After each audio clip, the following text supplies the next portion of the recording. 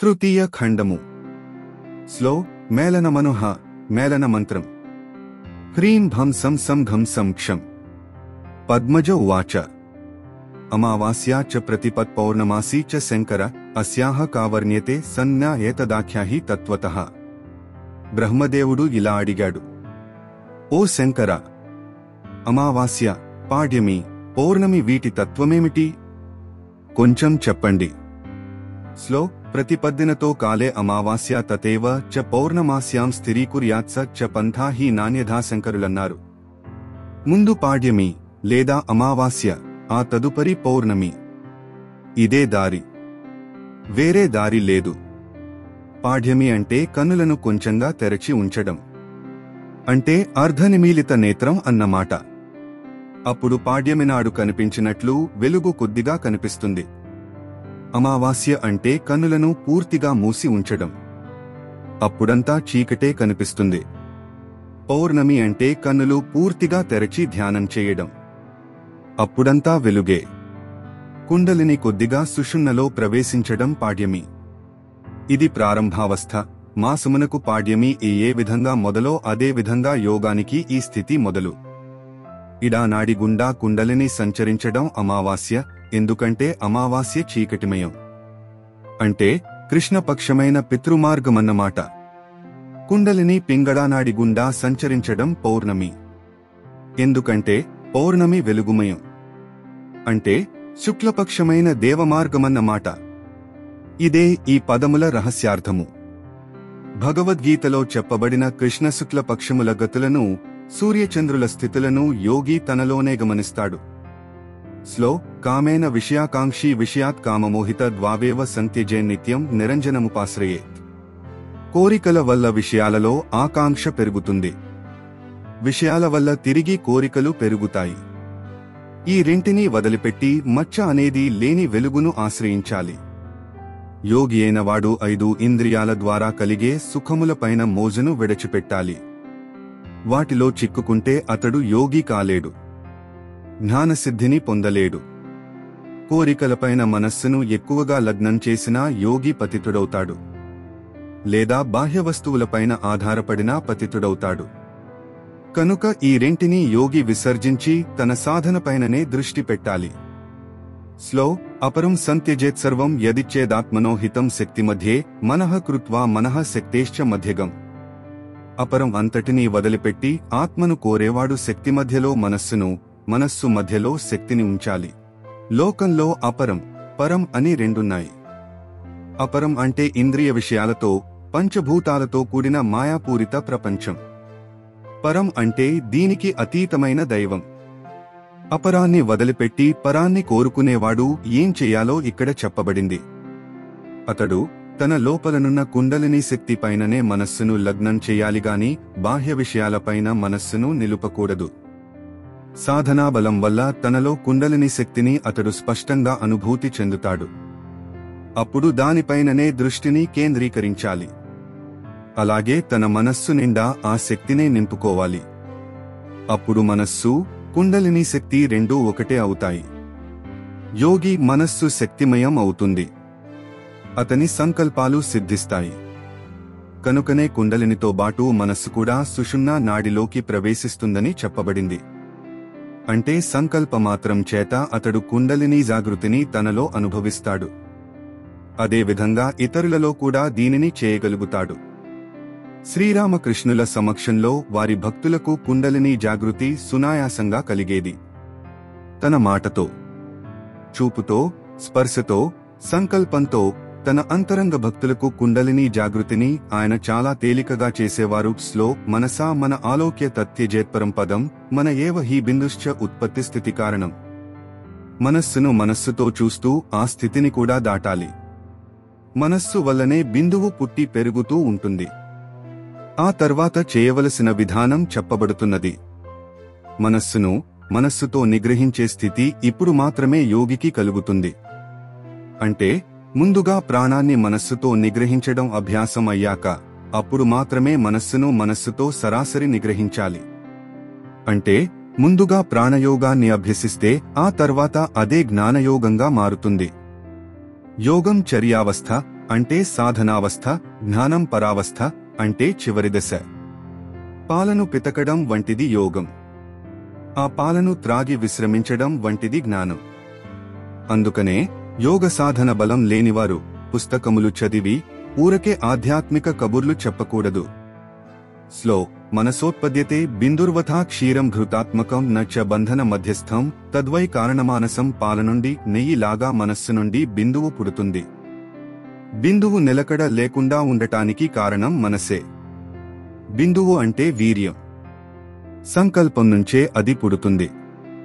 మనిషిలో వీర్యం నిలబడకపోవడానికి, బ్రహ్మచర్య శక్తి లోపించడానికి కారణం మనస్సు యొక్క చంచలత్వమే. కనుక మనస్సును నిగ్రహిస్తే బిందువు నిగ్రహింపబడుతుంది. స్లో చంద్రార్క మధ్యమా శక్తిరేత్రస్థా తత్ర బంధనం జ్ఞాత్వా సుషుమ్నాం తద్భేదం కృత్వా వాయుం చ మధ్యగం. సూర్యచంద్రుల మధ్యన శక్తి ఉన్నంతవరకు బంధం ఉంటుంది. దీనిని తెలుసుకుని సుషుమ్నా నాడిని భేదించి దాని మధ్యలో వాయు సంచారం చేయించాలి. తాత్వికులు బంధమోక్షముల గురించి మాటలాడుతారు, కాని వాటి దారులు వారికి తెలియవు. యోగశాస్త్రం దీనిని చక్కగా వివరించి మోక్షానికి మార్గాలు కూడా చూపింది. సూర్యచంద్రులంటే పింగళ ఇడా నాడులు. అంటే కుడి ఎడమ ముక్కు రంధ్రాలని స్థూలంగా అనుకోవచ్చు. వాటిల్లో ఊపిరి తిరుగుతూ ఉన్నంతవరకు మనస్సు చంచలంగానే ఉంటుంది. రెంటిలోనూ సమంగా సంచరిస్తూ ఉన్న సమయంలో అవి మూసుకుని సుషుమ్నానాడి పనిచేయడం మొదలు పెడుతుంది. సుషుమ్నా నాడిని తెరవడం అంటే ఇదే. అప్పుడే మనోనిగ్రహం కలుగుతుంది. స్లో స్థిత్వాసా బైందవస్థానే ఘ్రాణరంధ్రీ నిరోధయేత్ వాయుం బిందుం సమాఖ్యాతం సత్వం ప్రకృతిమేవచ్చ. ముక్కుపుటములు మూసి వాయువును బిందువును కలిపి ప్రాణాన్ని ప్రకృతిని కలిపి బైందవస్థానంలో ఉంచాలి. ముక్కుపుటములు మోయడం అంటే కుంభకం చేయడం. ఇంతకు ముందు చెప్పబడిన 4 విధములైన కుంభక క్రియలు బాగా అభ్యాసం గావించాలి. ఆ తర్వాత వాయువును వీర్యంలో ఆరోపించాలి. వాయువు ప్రాణము ఎలాగైతే ఒక్కటిగా ఉన్నవో అదేవిధంగా వీర్యబిందువు తన స్వభావము ప్రకృతి ఒక్కటిగా ఉన్నాయి. కనుక వాయువును బిందువుతో కలపడం వల్ల ప్రాణం ప్రకృతితో కలుస్తుంది. అప్పుడు దానిని ఆజ్ఞాచక్రంలో ఉంచాలి. ఇవన్నీ చాలా రహస్యములైన ప్రక్రియలు. గురుసేవ ద్వారా వినయంగా నేర్చుకోవాలి. స్లో షట్చక్రాణి పరిజ్ఞాత్వా ప్రవిశేత్సుక్మండలం మూలాధారం స్వాధిష్టానం మణిపూరం తృతీయకం. స్లో అనాహతం విశుద్ధం చ ఆజ్ఞాచక్రం చ షష్టకం ఆధారం గుదమిత్యుక్తం స్వాధిష్టానం తు లైంగికం. 6 చక్రములను తెలుసుకుంటే వాడు సుఖమండలంలోకి అడుగుపెడతాడు. మూలాధారం, స్వాధిష్టానం, మణిపూరం, అనాహతం, విశుద్ధం, ఆజ్ఞాచక్రం అనేవి 6 చక్రములు. స్లో మణిపూరం నాభిదేశం హృదయస్థమనాహతం విశుద్ధః కంఠమూలే చ ఆజ్ఞాచక్రం చ మస్తకం. మూలాధారం అనేది గుదము, స్వాధిష్టానం అనేది లింగము, మణిపూరం బొడ్డు, అనాహతం హృదయం, విశుద్ధి గొంతు అడుగున ఉంటుంది, ఆజ్ఞాచక్రం తలలో ఉంటుంది. ఈ ప్రదేశాల దగ్గరగా వెన్నెముకలో ఈ చక్రములు ఉంటాయి. ఇవి సుడిగుండముల వంటి శక్తి కేంద్రములు, పూల్స్ ఆఫ్ ఎనర్జీ.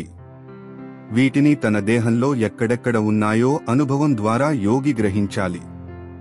స్లో షట్చక్రాని పరిజ్ఞాత్వా ప్రవిశేత్సుక్మండలే ప్రవిశేద్వాయుమాకృష్య తయేవోర్ధ్వం నియోజయేత్. ఈ విధంగా 6 చక్రములను తెలుసుకున్న యోగి సుఖమండలంలో ప్రవేశిస్తున్నాడు. అలా ప్రవేశించి వాయువును ఆకర్షించి పైకి నడిపించాలి. ఈ చక్రస్థానములను ఊరకే చదివి తెలుసుకుంటే ఉపయోగం లేదు.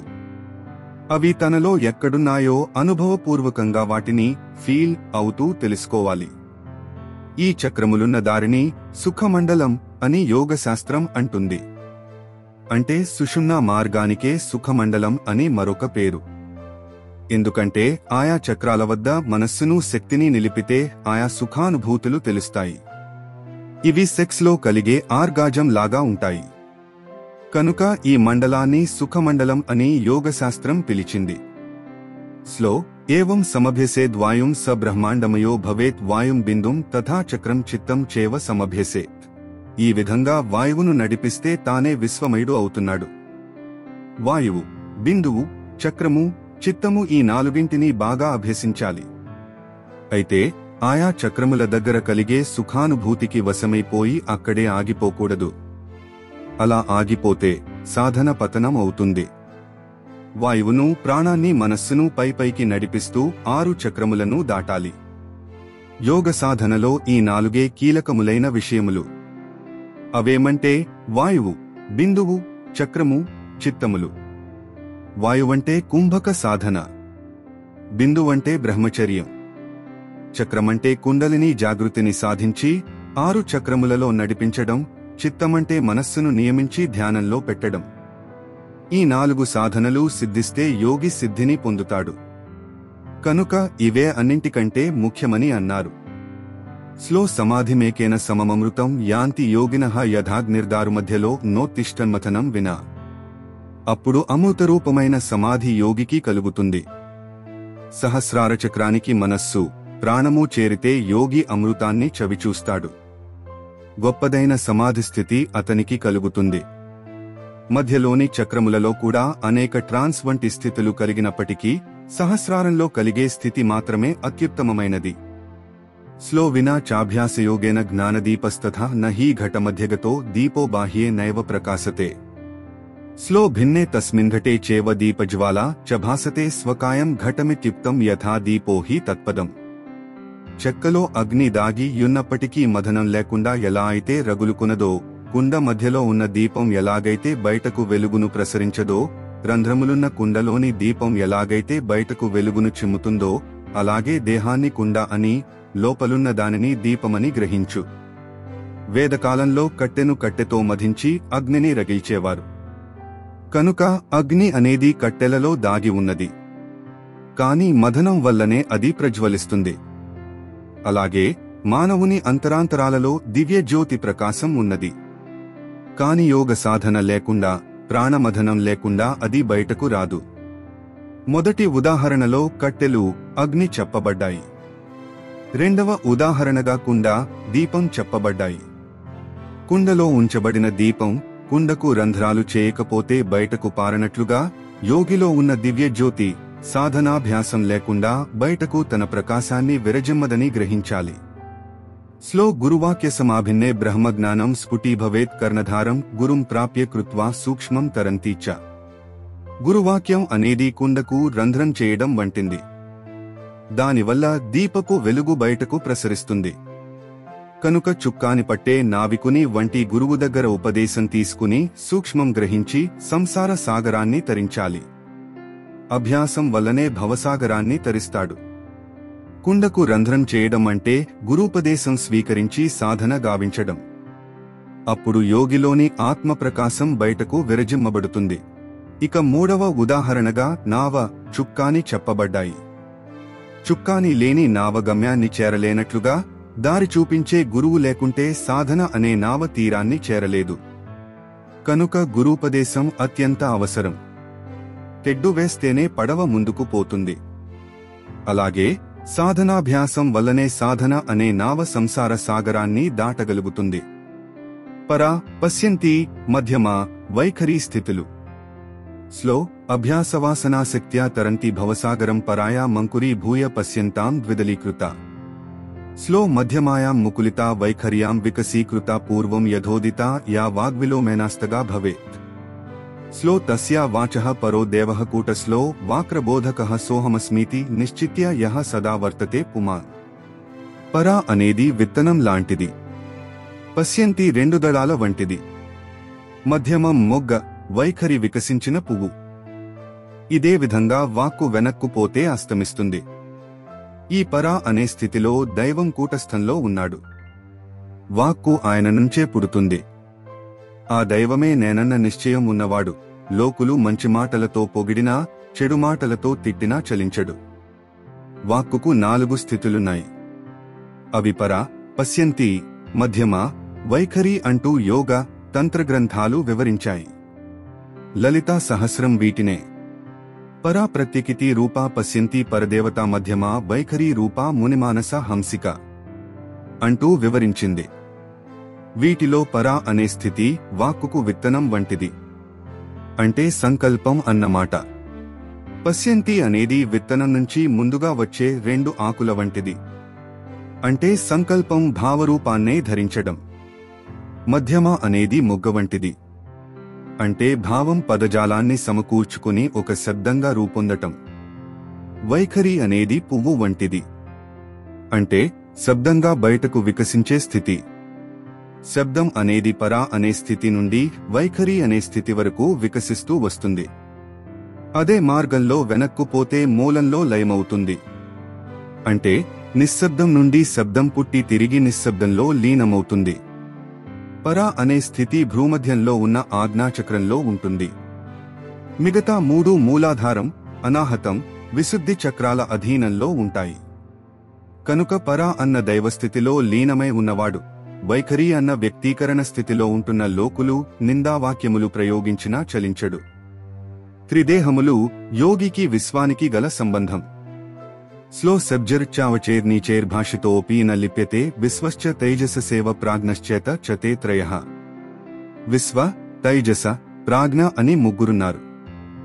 యోగము, వేదాంతము కూడా మానవదేహానికి విశ్వానికి మధ్యనున్న పోలికలను వివరిస్తాయి. విశ్వము మనిషి ఒకే నమూనాలో సృష్టించబడ్డారని అవి అంటాయి. మనిషిలో ముగ్గురు మనుషులున్నారు. మెలకువలో ఉన్న ఎరుకకు విశ్వ అని పేరు. అంటే ప్రపంచాన్ని విశ్వాన్ని తన 5 ఇంద్రియాలతో తెలుసుకుంటూ ఉండే స్థితి. కలలు కంటున్న ఎరుకకు తైజస అని పేరు. అంటే తేజస్సుతో కూడిన శరీరమన్నమాట. అంటే సూక్ష్మ శరీరమని అర్థం. గాఢ నిద్రలో ఒళ్ళు తెలియని స్థితిలో ఉన్న ఎరుకకు ప్రాజ్ఞ అని పేరు. అంటే ఉత్త ఎరుక లేదా ప్రజ్ఞ అన్నమాట. తానసలు ఉన్నాడో లేడో కూడా ఆ నిద్రపోయేవానికి ఆ స్థితిలో ఉన్నప్పుడు తెలియదు. వీరు ముగ్గురే మనిషిలోని ముగ్గురు. స్లో విరాస్థిరణ్యగర్భశ్చ ఈశ్వరశ్చేతితే త్రయః బ్రహ్మాండం చేవ పిండాండంలోకా భూరాదేహ క్రమాత్. విరాట్, హిరణ్యగర్భ, ఈశ్వర అని ముగ్గురున్నారు. బ్రహ్మాండము, పిండాండము, భూహ మొదలైన లోకాలలో క్రమంగా ఉన్నాయి. మనిషిలో ఎలాగైతే ఈ 3 స్థితులు ఉన్నాయో విశ్వంలో కూడా ఇవే 3 స్థితులున్నాయి. గ్రహాలు, నక్షత్రమండలాలు, నెబ్యులాలు, చీకటి బిలాలు మొదలైన వాటితో అంతులేకుండా మనకు కనిపిస్తున్న బాహ్య ప్రపంచానికి యూనివర్స్, విరాట్ అని పేరు. అర్జునునికి శ్రీకృష్ణుడు తన విరాట్ రూపంలో దర్శనమిచ్చినప్పుడు అనంతమైన ఇదే రూపంలో కనిపించాడు. అందుకే ఆ విశ్వరూపాన్ని చూడలేక అర్జునుడు భయభ్రాంతుడై దానిని చూపించవద్దని, తిరిగి మామూలు మనిషిగా కనిపించమని ప్రార్థించాడు. హిరణ్యగర్భ అనేది విశ్వరూపుడైన భగవంతుని సూక్ష్మరూపం. ఇది బాహ్యరూపమైన విశ్వానికి అనేక వేల రెట్లు ఎక్కువగా కాంతి స్పందనలతో నిండి ఉంటుంది. అంటే విశ్వాన్ని ఒక రేడియో టెలిస్కోప్ ద్వారానో లేదా సూక్ష్మ తరంగాలను చూడగలిగే ఒక యంత్ర సహాయంతో ఎలా కనిపిస్తుంది? భౌతికమైన గ్రహాలు, నక్షత్రాలు మాయమై వాటి స్థానాలలో విద్యుదయస్కాంత రేడియోధార్మిక వైబ్రేషన్స్ తో కూడిన సూక్ష్మ ప్రపంచం కనిపిస్తుంది. హిరణ్యగర్భ అంటే మండుతున్న బంగారాన్ని తన పొట్టలో దాచి ఉంచిన స్థితి అని అర్థం. మండుతున్న బంగారం అనేది విశ్వం యొక్క స్పందనా స్థితి, energy state of the universe. ఒక కమ్మరి కొలిమి దగ్గరకు వెళ్లి బంగారాన్ని కరగబెడుతున్నప్పుడు ఎలా ఉంటుందో మీరు గనుక చూస్తే ఆ వెలుగు ఎలా ఉంటుందో అర్థమవుతుంది. ప్రపంచమంతా అలాంటి వెలుగుతో నిండి ఉన్న దర్శనమే ఈ హిరణ్యగర్భ స్థితి. ఇది మానవుని స్వప్న స్థితి వంటిది. ఈశ్వర అనేది మానవుని ప్రాజ్ఞ స్థితి వంటిది. అంటే కలలు కూడా లేని గాఢమైన నిద్రలో మనిషి స్థితి ఎలా ఉంటుందో విశ్వరూపుడైన భగవంతుడు అలాంటి సుషుప్తి స్థితిలో తనలో తానే నిలిచియున్న స్థితి. దీనినే ఈశ్వర అని వేదము, యోగశాస్త్రము పిలిచాయి. కాని మనం ఈ పదాన్ని చాలా తేలికగా నానార్థాలలో వాడుతూ ఉంటాం. చూడండి, అర్థాలు తెలియకుండా పదాలను ఎంత నిర్లక్ష్యంగా వాడుతామో మనం. బ్రహ్మాండం అంటే విశ్వం, యూనివర్స్. పిండాండం అంటే పిండంగా ఈ లోకంలో పుట్టే మనిషి. ఈ రెంటిలోనూ భూ మొదలైన లోకాలున్నాయని ఈ శ్లోకం అంటుంది. గాయత్రీ మంత్రంలో 7 వ్యాహృతులున్నాయి. అంటే గాయత్రీ మంత్రానికున్నట్టి 7 తలలు లేదా మకుటాలన్నమాట. అవే ఈ 7 లోకములు. అవి: 1 భూహ, భూలోకము, భూమి. 2 భువః, భువర్లోకము, వాయుమండలము. 3 సువః, సువర్లోకము, స్వర్గము. 4 మహః మహర్లోకము శూన్యము 5 జనః జనలోకము జీవుల బీజస్థానము 6 తపః తపోలోకము ద్వంద్వం మొదలయ్యే చోటు 7 సత్యం సత్యలోకము రెండు లేని స్థితి. మనిషిలో కూడా ఇదే అమరిక ఉంటుంది. 1 భూః మూలాధారము 2 భువః స్వాధిష్టానము 3 సువః మణిపూరకము 4 మహః అనాహతము 5 జనః విశుద్ధ 6 తపః ఆజ్ఞ 7 సత్యం సహస్రారము. కనుక బాహ్యాన్ని అంతరాన్ని స్థూలమును సూక్ష్మమును సమన్వయము చేసుకుంటూ ఈ విధంగా యోగి తన సాధనను చేయాలి.